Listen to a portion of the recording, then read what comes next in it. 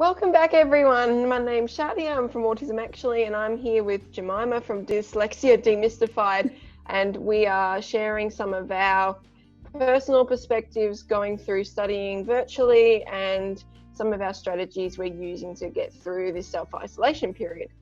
So the next question we're going to look at is, what are some of the challenges we have faced in this new format?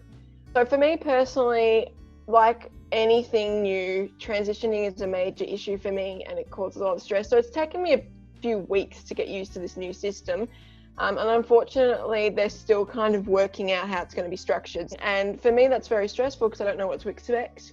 And I've had to redo all my organizational tools and everything. And I'm finding I now forget assignments more. And I also find that with tutorials, I kind of have to listen more in the moment.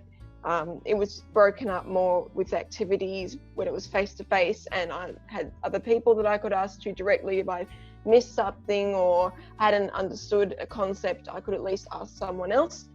The access to resources part's been difficult working from home. I live with a teacher. My mum's a teacher, so we're both using Zoom at the same time often, which means I have to use my phone internet. Otherwise, we're both using the same Wi-Fi and it makes things laggy. I find it also very difficult when we're both talking at the one time, even if we're in different rooms, because I can still hear her. So there are some of the impacts that I've had. And I think just being autistic, I still have the same issues, like getting distracted by background noise and my auditory processing issues, and being distracted by other things such as my phone or stuff like that. So some of the other things I'm going to talk about are ways to reduce the distractions at home, which in some ways are increased now because you're not in a classroom. You know, I can definitely relate to that experience. I have two other educators in the home myself, and we live in rural Victoria, so we have quite terrible Wi-Fi as well already. And, you know, it's not just the poor connection, but it's also just hearing. My mum used to be an opera singer. She yells throughout the house. I can hear her now on her Zoom call. And we always have 3 calls going at the same time. And we're all using our teacher voices. So it's been very distracting to my work. I think some of the other sort of issues I face with, or teething issues I guess we've had with the online learning system, is that for dyslexics who, you know, struggle with interpreting written-based information, I think, you know, unfortunately there's been an even bigger push towards delivering information in a written way.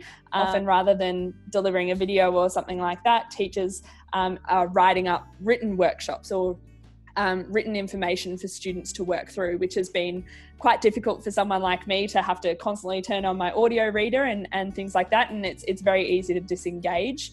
Just the content in general, I think teachers, you know, often overestimate how much content they can get through in a given time. And so when, you know, students are working from home, they're having to A, motivate themselves to work independently, B, they might have distractions like we do around the house. They're probably overestimating how much work is realistic for us to be able to get through. And I know that we're sort of tied down by curriculum and things like that, but I think there's room to move on, you know, how much content we're actually, you know, driving at kids. And can we instead get them to actually get excited about learning again? You know, can we actually get them to, you know, part of their learning that day might be to cook the family meal for dinner, or it might be to, you know, go out and learn about, you know, gardening or something with their grandmother or whoever it is. But also in addition to that, you know, dyslexics often learn really well. We're quite good verbally, even though we're not so good at the written stuff. So I'm missing out on that type of learning that I've always really utilized. So, you know, you go into a lecture and beforehand you're all sitting there discussing the topic. I get a lot out of those little, you know, chunks of learning where I'm talking to people about information. And so I'm missing out on that, and I'm having to, you know, actually take the initiative to organize time to talk about topics with my friends, because that's a really key part of how I learn. And like Shadia said, you know, it's really easy to miss out on assignments as things are changing, but also when you're not hearing that constant chatter of, you know, you walk into the classroom and, oh, you know, have you guys started the, you know, the psychology assignment yet? You don't get that little reminder. And so it's very, very easy for my organizational systems as well to fail. And in fact, I experienced that earlier. I actually missed an online exam by an hour just because I misread the date. I misread the closing date as the opening date.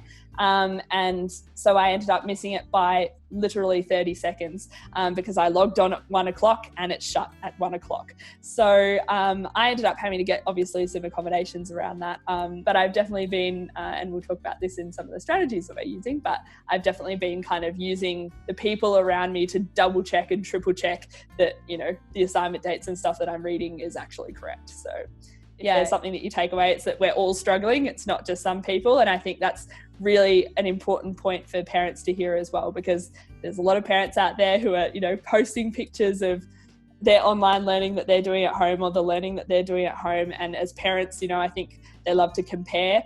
And if you're not struggling and your kids have 5 tantrums that day because they're not wanting to sit down and learn with you, that's okay. There's plenty of other parents out there doing that as well. And occasionally I have a tantrum. I think just hang in there and hopefully we'll all get through this together.